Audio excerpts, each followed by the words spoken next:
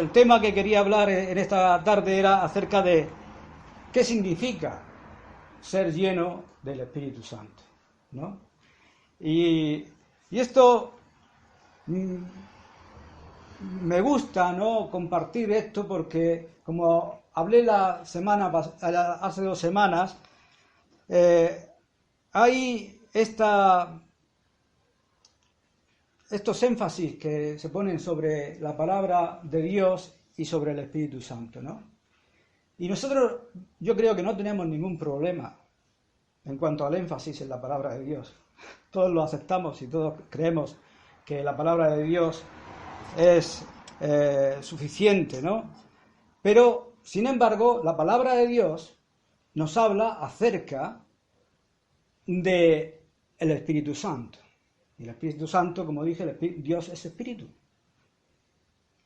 Y muchas personas han sido decepcionadas, al igual que Satanás atacó en los primeros siglos de la cristiandad a la persona de Cristo. En estos últimos tiempos se está atacando a la persona del Espíritu Santo por medio de toda la falsedad, toda la exageración, toda la manipulación y toda la obra de los hombres que usan al Espíritu Santo como un medio para hacer sus propósitos. Pero es que la Biblia enseña mucho acerca del Espíritu Santo. De hecho, MacArthur tiene esos seminarios, no sé si tiene 2, y enseña teología sistemática. Dentro de la teología sistemática vemos que está la rama de la cristología, pero también está la rama de la neumatología. La cristología es sobre la persona de Cristo y la neumatología sobre la persona del Espíritu Santo, al igual que está la escatología sobre los últimos tiempos, eclesiología, y pues, realmente MacArthur tiene que tener una buena neumatología, y realmente he descubierto que habla mucho acerca del Espíritu Santo, ¿no? Este es un artículo, y me estaba preparando otro para la semana, cuando me vuelva a tocar, que habla acerca de no apagar al Espíritu. Entonces MacArthur habla mucho. ¿Por qué? Porque la palabra de Dios habla mucho.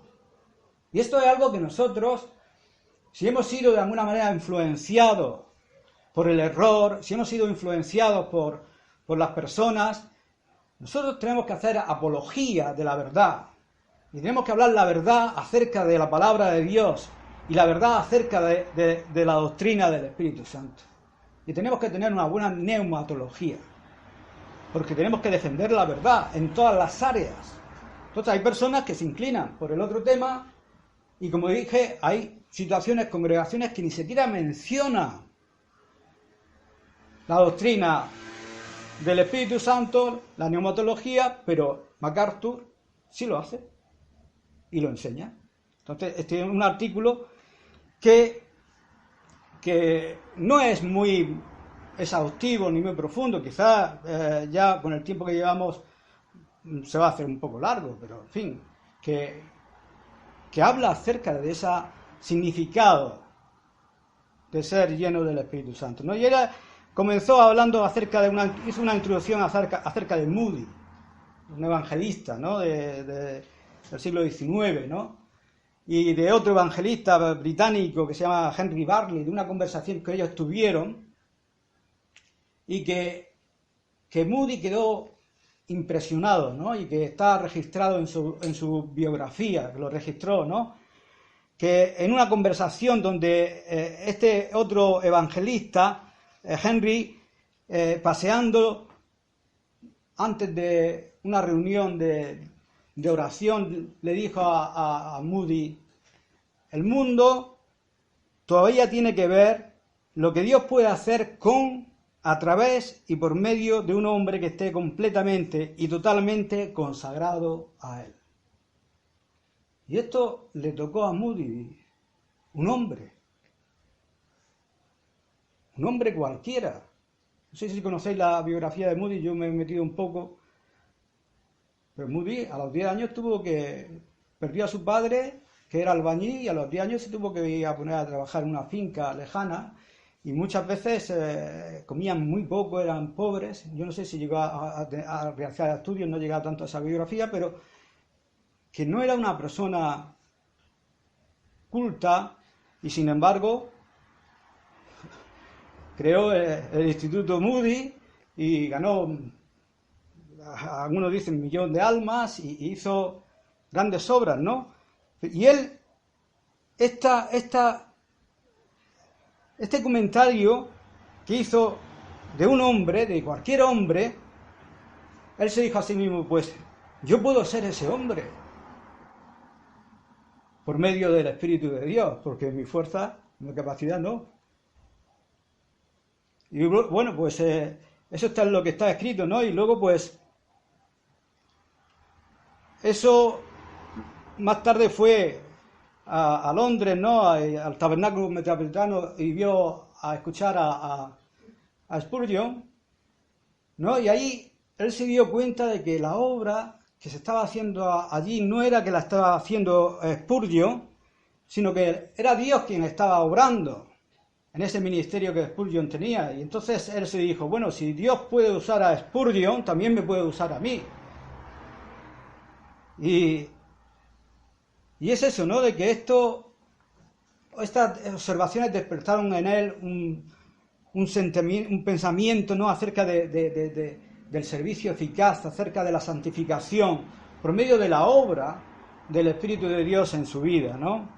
Y este episodio de la vida de Moody, pues nos anima también a nosotros a poder disertar con este tema de lo que significa ser lleno del Espíritu Santo.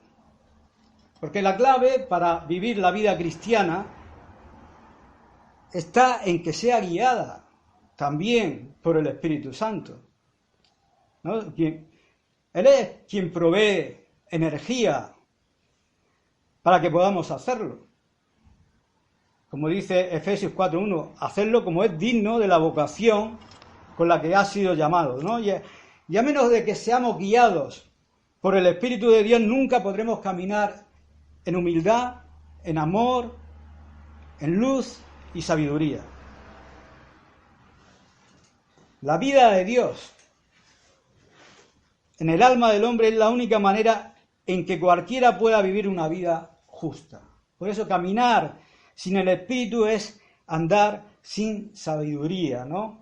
El ser lleno y ser guiado por el Espíritu Santo es una realidad profunda en la vida del creyente.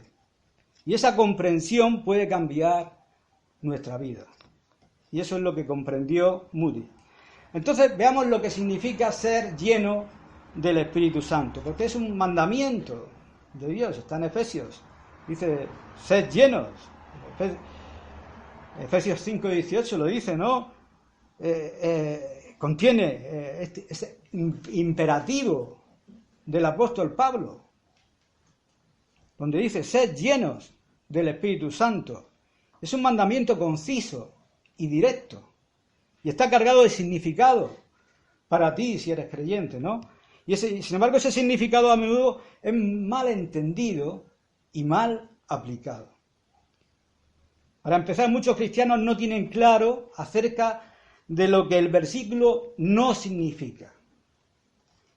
Una vez que descartes el significado incorrecto, puedes enfocarte en lo que Pablo está diciendo y vamos a ver algunas creencias equivocadas de ser lleno. Primero, esta frase no está ordenando a los cristianos que están vacíos que adquieran algo que no tienen. Porque cada cristiano genuino, cada uno de nosotros tenemos el Espíritu Santo desde el momento en que nos arrepentimos y creímos. Hay un versículo que me ha llamado a mí la atención, que no lo tenía MacArthur, pero lo he puesto yo, y he meditado sobre él, ¿no? Efesios 1:13, donde dice, en él también vosotros, habiendo oído la palabra de verdad, el evangelio de vuestra salvación, y habiendo creído en él, fuisteis sellados con el Espíritu Santo de la promesa. Eso viene en otros pasajes, en 2 Corintios 1:22, en Efesios 4:30 creo que es. Y si tú lees el contexto de primera de Efesios 1, está hablando del pasado, y de un pasado muy remoto. Desde antes de la fundación del mundo fuimos escogidos. Está hablando acerca de la predestinación.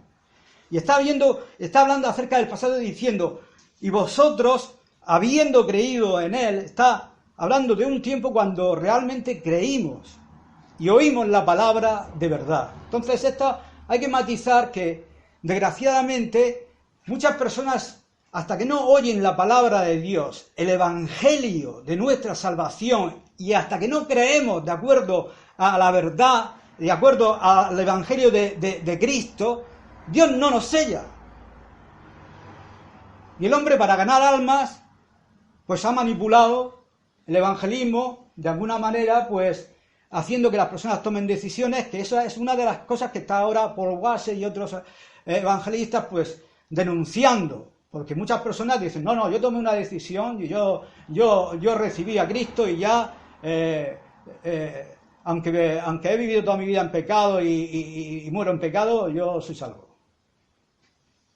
No hay frutos, ni hay evidencia, ni hay nada, ¿no?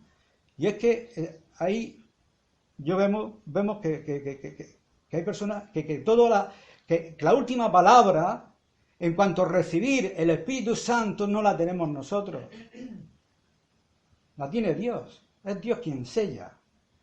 Y he estado pensando acerca del sello, ¿no? Y se usa para muchas cosas, pero también se utiliza en el sentido de notar algo que es genuino, algo que es auténtico, confirmado y aprobado, como una escritura o un acuerdo comercial. Cuando se asegura, se confirma así, se establece así.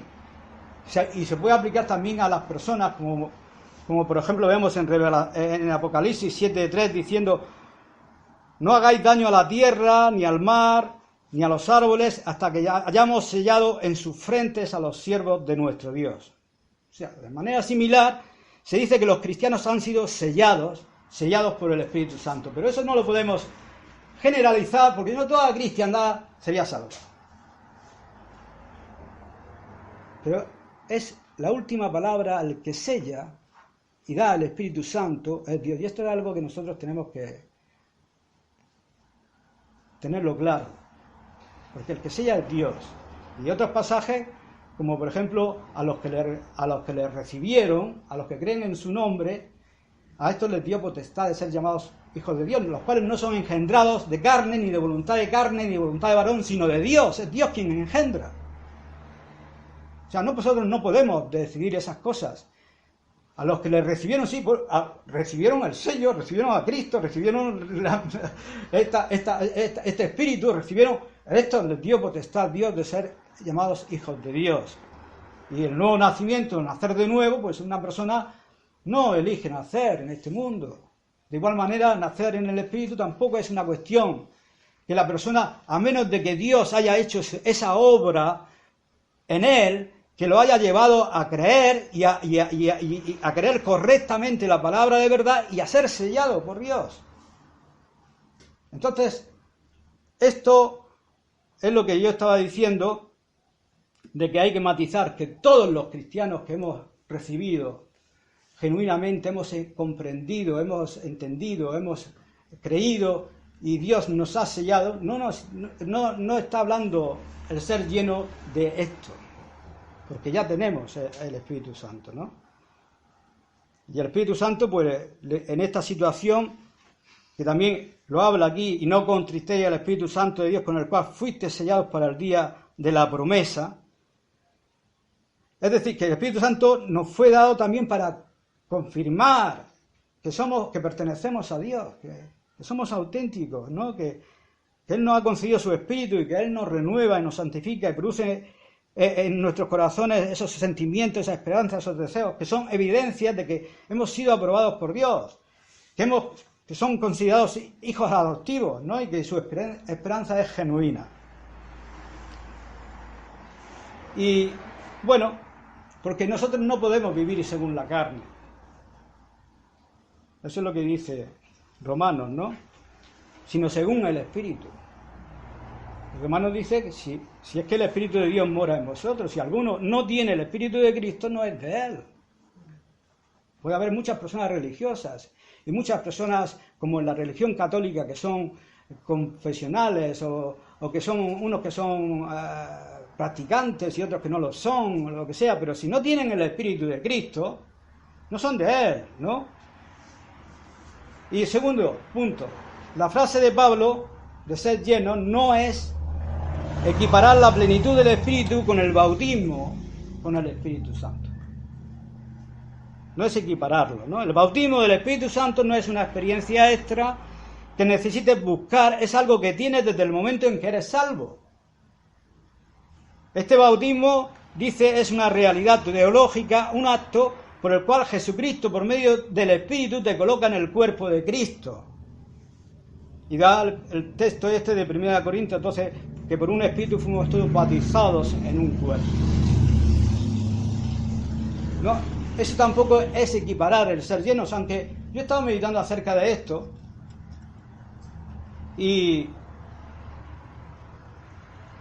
en el momento que fuimos salvos fue cuando realmente fuimos sellados. Este ya es, ¡pum!, el sello. Este ya aseguramos su redención segura.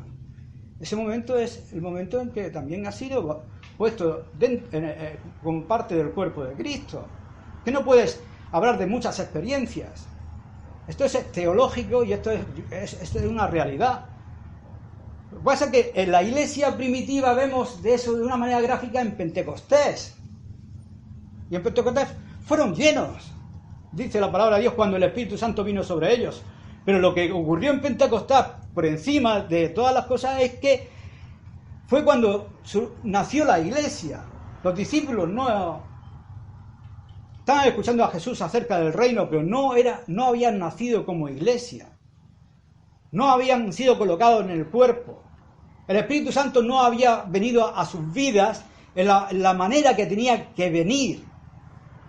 Aunque ellos hubieran sido usados previamente por el ministerio de Cristo para sanar y para hacer otras cosas, y quizás Jesús soplara sobre ellas, le diera unciones como hacía en el Antiguo Testamento con otras personas, pero el Espíritu Santo tenía que venir de una forma que trajera la obra que Cristo realizó en la cruz. También, y eso, cuando viene, pues te hace nacer de nuevo, porque te está trayendo la muerte de Jesucristo y te está trayendo la resurrección de Cristo a tu vida. Se cumple lo que Jesús le dijo a Nicodemo acerca de que es necesario nacer de nuevo.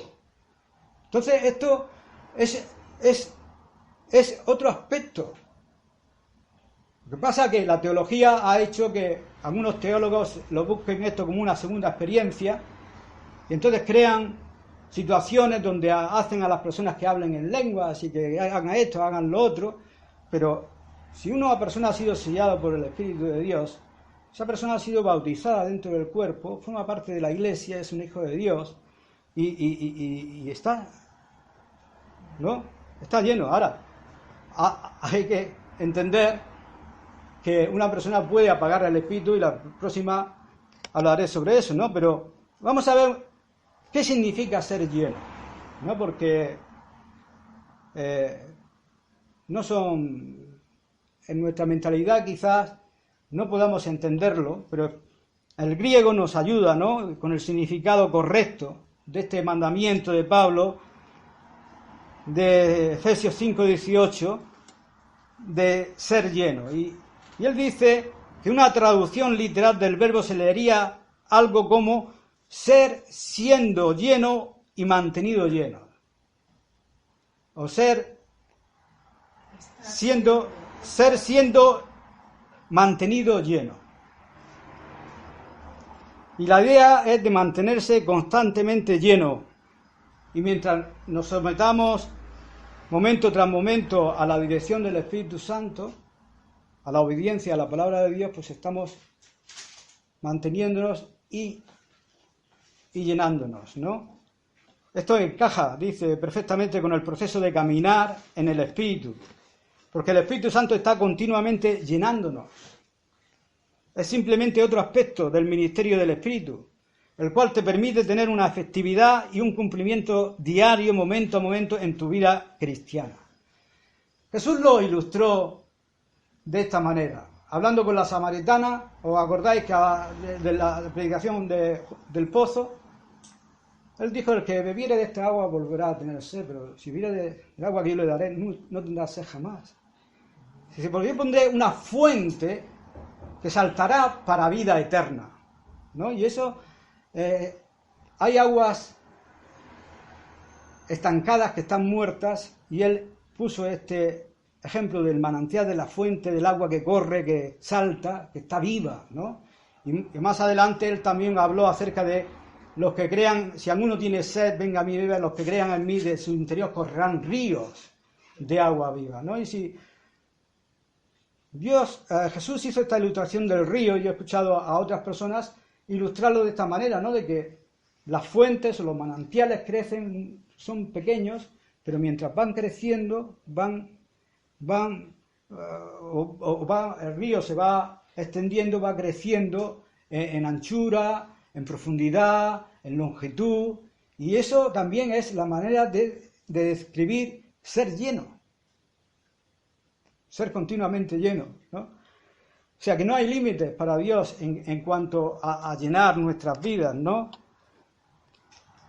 Ahora, hay aspectos o facetas de ser lleno espiritualmente, ¿no? Por ejemplo, cuando utilizamos la palabra lleno en inglés, como es americano, pues lo pone en inglés, pensamos en algo que se coloca en un recipiente, como la leche que se vierte sobre un vaso hasta que se desborda, ¿no?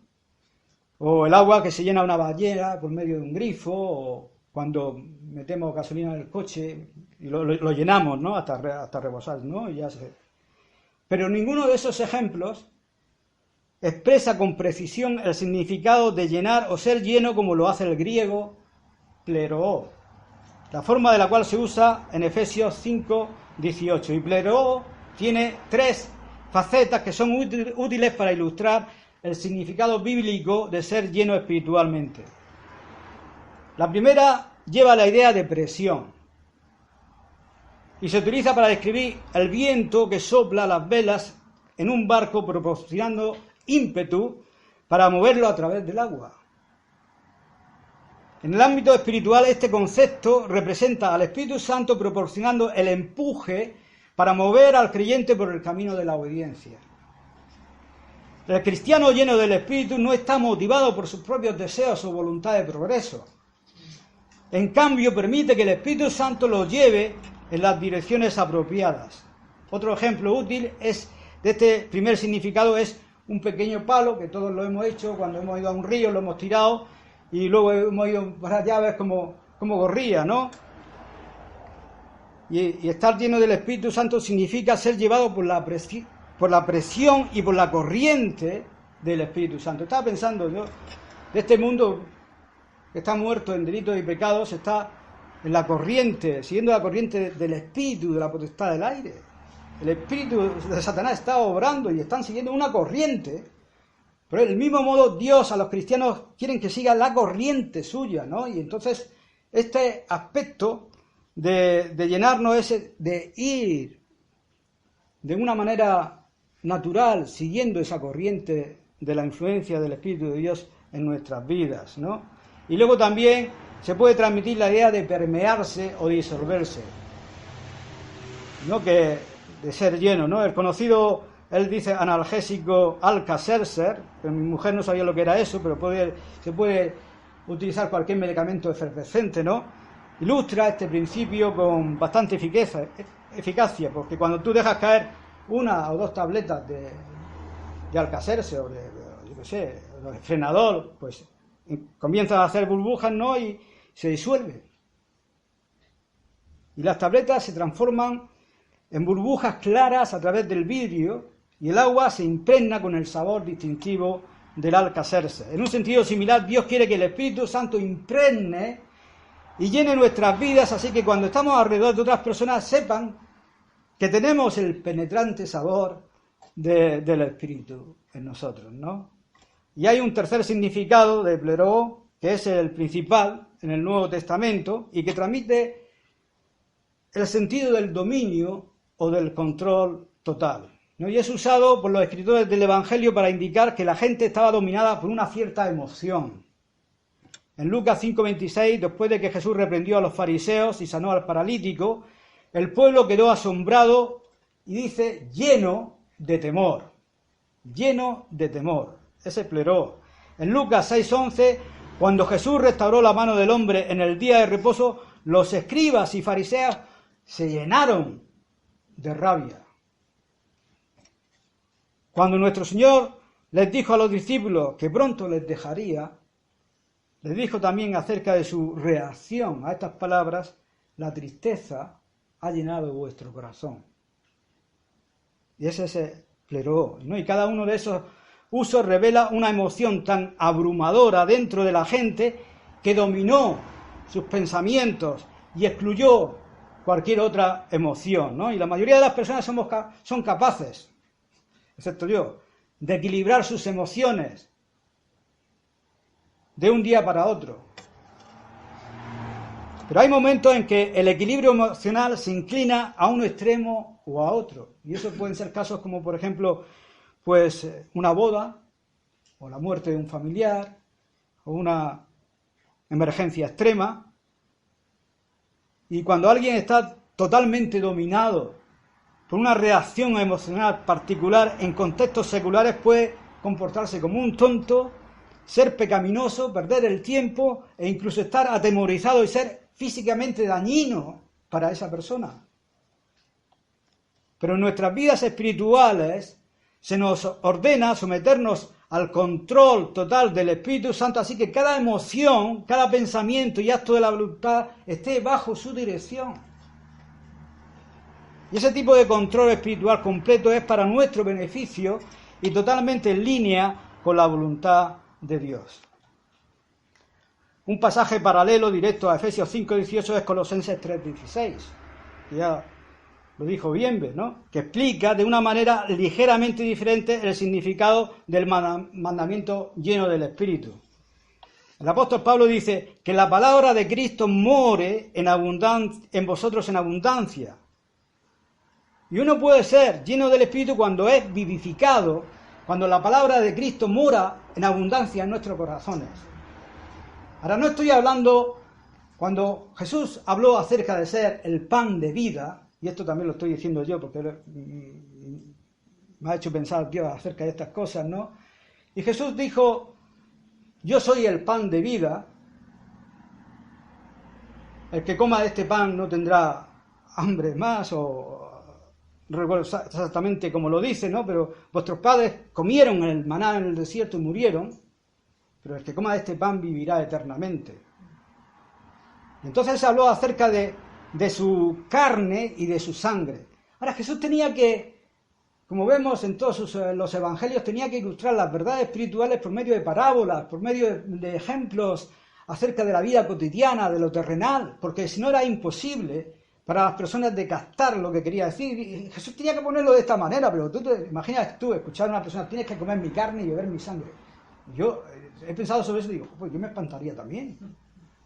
Lo hicieron los discípulos. Los discípulos dijeron: dura palabra esta, ¿quién puede escuchar esto? Entonces Jesús dijo, no había entendido nada: la carne, el espíritu es el que da vida. La carne para nada aprovecha. Las palabras que yo os he hablado son espíritu y son vida. Ahora, las palabras que Cristo ha hablado son espíritu y son vida. Y Dios tiene que, no solamente nosotros tener la información de la palabra, sino que tiene que hacer que esa palabra sea viva en nosotros. Por ejemplo, en el caso que yo he estado hablando acerca de buscar el reino de Dios y justicia, ¿qué me importa a mí saber que yo tengo que buscar el reino de Dios y justicia y desarrollar y hacer una predicación si yo no lo estoy haciendo? Y esa palabra no es viva en mi vida. Entonces no tengo no tengo el espíritu de esa vida. No estoy siendo lleno. Entonces eso es lo que Jesús está diciendo acerca de que, y Pablo está diciendo, de llenarse del espíritu, porque la palabra de Cristo mora en abundancia. La palabra viva, la palabra de Dios, el Espíritu de Dios, con la palabra con la vida del Espíritu en nosotros. Y uno puede ser lleno del Espíritu cuando es vivificado por esa palabra, ¿no? Y es conocer la verdad, creerla y obedecerla, que es lo que dijiste tú. Pues es eso, pero es vivirla. No solamente entenderla. Así que estar lleno del Espíritu significa ser presionado, impregnado y controlado por el Espíritu y por la palabra de Dios. ¿Y qué se puede esperar que suceda en tu vida como resultado directo? ¿no? Vamos a ver algunos resultados de estar llenos del Espíritu Santo, consecuencias prácticas de estar llenos del Espíritu. Ahora que hemos visto lo que el significado de lo que significa ser lleno, ¿cómo puedo saber yo si estoy caminando y realizando la plenitud del Espíritu Santo en mi vida?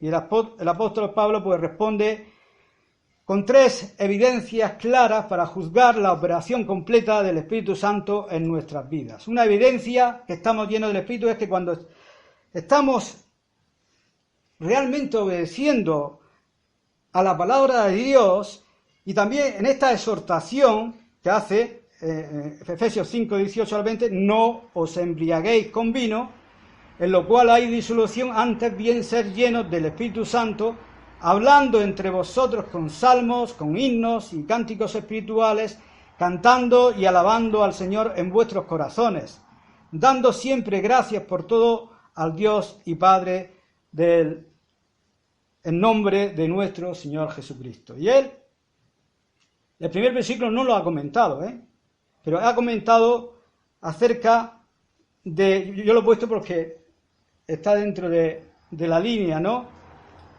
Pero él ha empezado a hablar acerca de la importancia que tiene el canto en nuestras vidas, ¿no?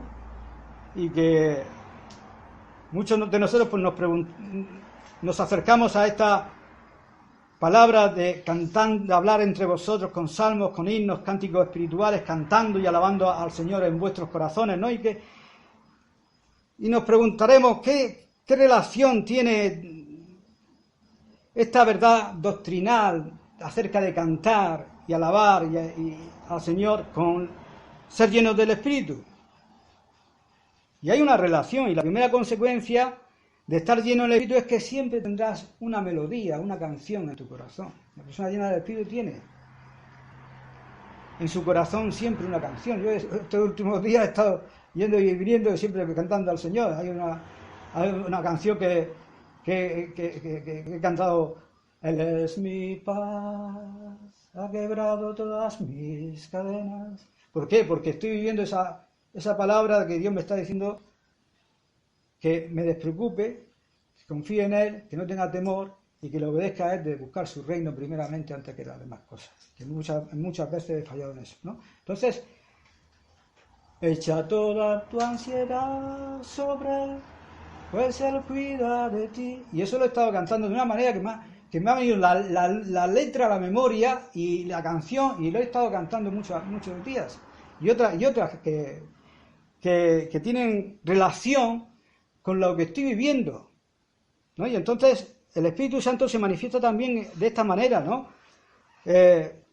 MacArthur habla sobre la importancia que ha tenido la música o la canción para la humanidad, ¿no? E incluso se remonta a los primeros siglos, y él dice que ha sido siempre importante para la humanidad. En el capítulo 4 de Génesis ya vemos que habían quien fundó el arpa y la flauta, ¿no? Y cuando Moisés y el pueblo de Israel alabaron a Dios después de que fueron liberados de los egipcios, él habla ahí de una manifestación de adoración, de alabanza, de cantar a Dios por la liberación. Y eso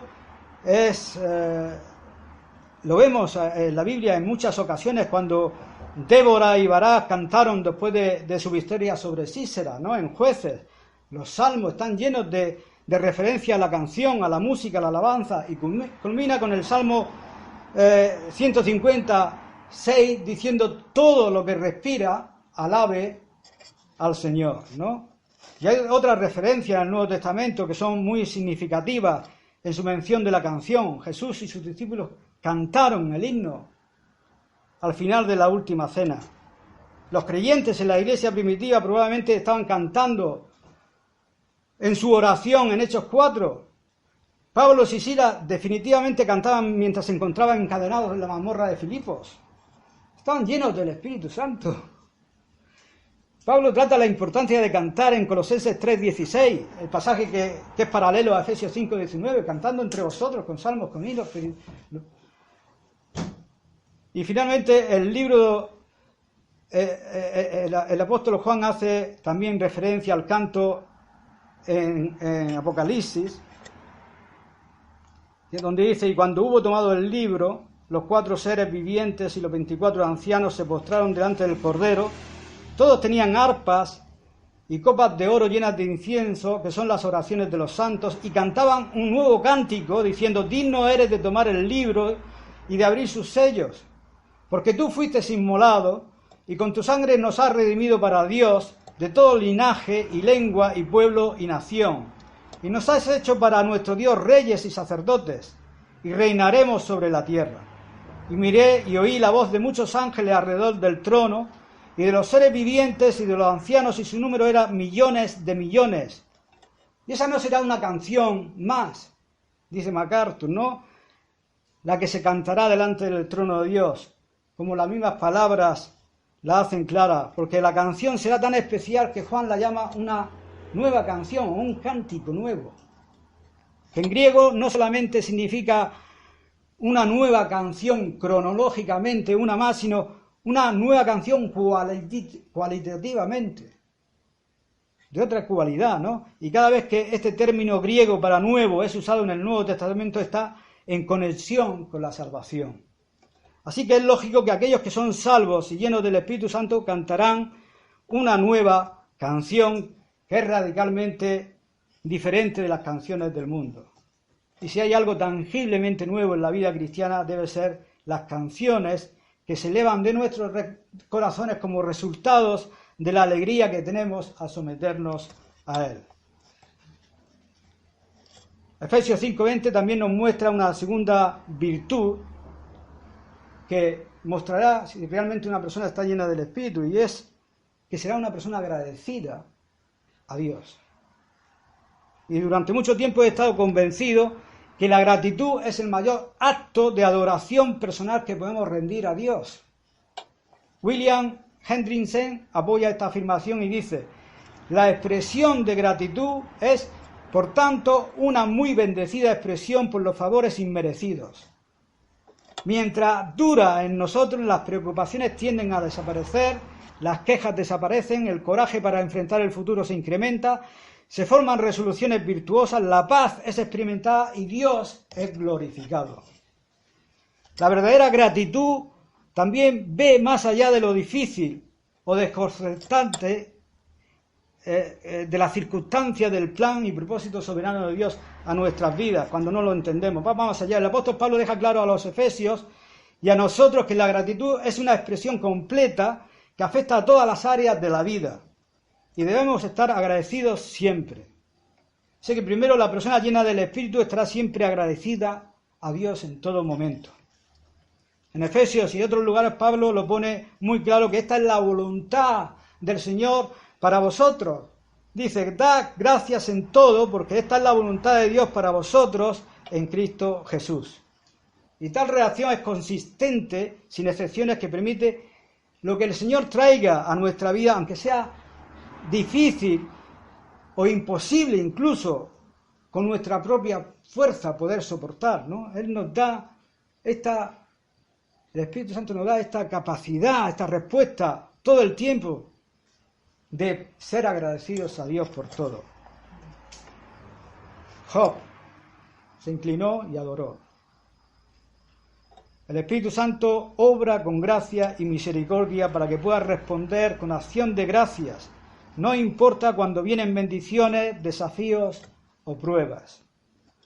A veces te bendice inesperadamente, lo que es fácil, dar gracias, ¿no? A veces es fácil, ¿no?, dar gracias. Por ejemplo, la alabanza de Moisés y de los israelitas después de que Dios los liberó a separar el Mar Rojo es uno de los ejemplos de esto. Fue fácil dar gracias porque Dios, la liberación, la salvación de Dios. En otras ocasiones el Espíritu Santo te da la oportunidad de estar agradecido antes de que ocurra un cierto evento. Y si la anticipación es agradable, pues como unas vacaciones o una reunión con un ser querido, la gratitud es fácil de manifestar, ¿no? Pero si la anticipación es más difícil, incluso aterradora, entonces se convierte en una prueba de fe, ¿no? Y hay ejemplos en la palabra de Dios donde vemos, como por 2 de Crónicas 20, ¿no?, cuando el rey Josafat y su pueblo pasaron esta prueba antes de entrar en una batalla contra los amonitas y los moabitas, que se le informó, ¿no?, a Josafat de que venía un gran ejército contra él, ¿no? Josafat inmediatamente pidió ayuda al Señor, ¿no? Entonces el Espíritu del Señor reveló una victoria dando aliento a través del profeta Jahaziel. Y entonces pues creyeron al profeta la palabra de Dios de la victoria, y los levitas y todo el pueblo adoraron y agradecieron a Dios antes de tener ese éxito contra el enemigo. Aleluya. Vemos la obra del Espíritu de Dios, ¿no?, en las vidas de esas personas. Eso lo vemos en 2 de Gloria, como dice. También Dios puede optar por traer a nuestras vidas un sufrimiento, una prueba, inesperadamente, y entonces seremos desafiados también nosotros a dar gracias en medio de la batalla, cuando es más difícil hacerlo, ¿no? Jonás, a pesar de todos sus defectos pecaminosos, es un excelente ejemplo para comportarse en medio de la prueba, porque cuando él fue tragado por el pez, él le oró. Y entonces él dijo: cuando mi alma desfallecía en mí, me acordé de Jehová, y mi oración llegó hasta ti en tu santo templo. Y dijo: los que siguen vanidades ilusorias, su misericordia abandona, mas yo con voz de alabanza te ofreceré sacrificios y pagaré lo que prometí. La salvación es de Jehová. Y mandó Jehová que lo escupiera enseguida al pez, y vomitó a Jonás en la tierra, y Dios honró la oración de Jonás en medio de la prueba. Él dio gracias a Dios y le dio gracias por su salvación, y lo devolvió al lugar que se suponía que debía estar, ¿no? Y puede que nunca se pruebe tan severamente a nadie como a Jonás, pero Dios en su providencia puede permitir dificultades inesperadas, y si respondes con verdaderas gracias en medio de tales tiempos, eso probará que eres una persona cristiana llena del Espíritu Santo. Ser agradecido por todas las cosas. Si el creyente lleno del Espíritu está agradecido en todo momento, razonablemente también estará agradecido a Dios por todas las cosas. Y acabamos de ver tiempos difíciles, pero también hay cosas positivas por las que siempre estamos agradecidos a Dios en nuestras oraciones, como por ejemplo el triunfo del Evangelio, la victoria sobre la muerte y el sepulcro, la recepción y el trabajo eficaz de la palabra de Dios en otros, el suministro de nuestras necesidades corporales. Cada una de esas categorías contiene muchos elementos específicos por lo que se puede estar agradecido. Por lo que el punto es que aquellos que están llenos del Espíritu no conocen límites o distinciones sobre qué agradecer a Dios. Y voy a terminar ya con esto, porque si no ya nos vamos a cansar, y lo voy a dejar ya para la próxima vez que me toque, sobre no apaguéis y contristéis al Espíritu. Que el Señor os bendiga, porque ya creo que no sé qué tiempo llevo, pero acabo aquí, súbitamente. Amén.